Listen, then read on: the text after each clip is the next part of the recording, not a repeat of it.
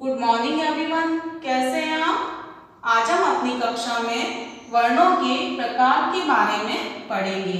जैसा कि आपको ज्ञात होगा कि हमने पिछली कक्षा में पढ़ा था कि वर्ण भाषा की सबसे छोटी इकाई है जिसके और टुकड़े नहीं किए जा सकते, वर्ण कहलाती हैं।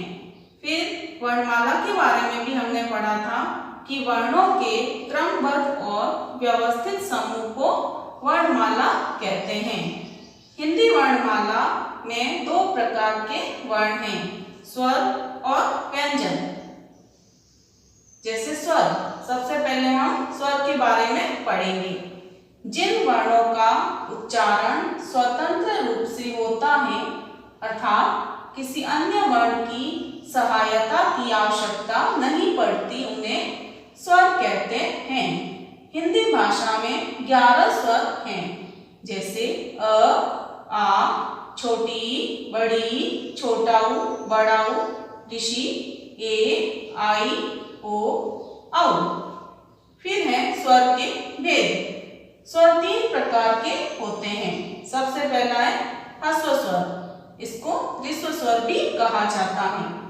जैसे ऐसे स्वर जिनके उच्चारण में सबसे कम समय लगता है, ह्रस्व स्वर कहलाते हैं। जैसे अ, छोटा ई, छोटा उ, ऋषि। फिर है दीर्घ स्वर।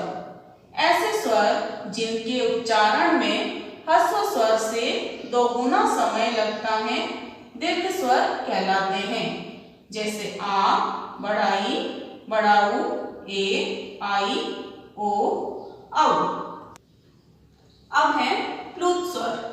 ऐसे स्वर जिनके उच्चारण में ह्रस्व स्वर से 3 गुना अधिक समय लगता है, प्लुत स्वर कहलाता है। जैसे ओम बोलते हैं तो इसमें अधिक समय लगता है ना, वैसे ही।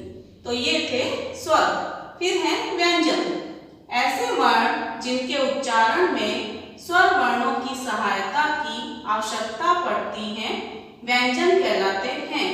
हिंदी भाषा में 33 व्यंजन हैं, क से लेके ह तक। फिर है व्यंजन के भेद।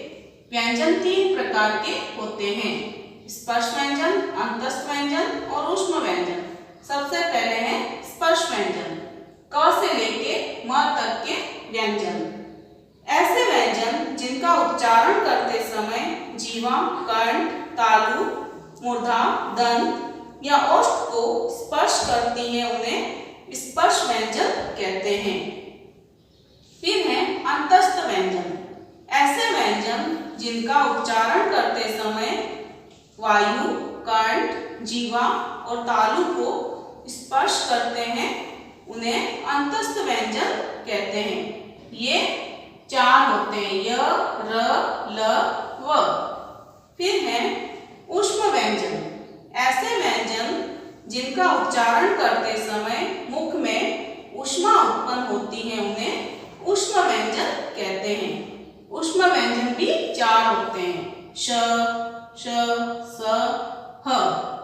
जब ये बोलते हैं तो इसमें हमारे मुख से ऊष्मा उत्पन्न होती है, इसलिए ऊष्म व्यंजन कहते हैं।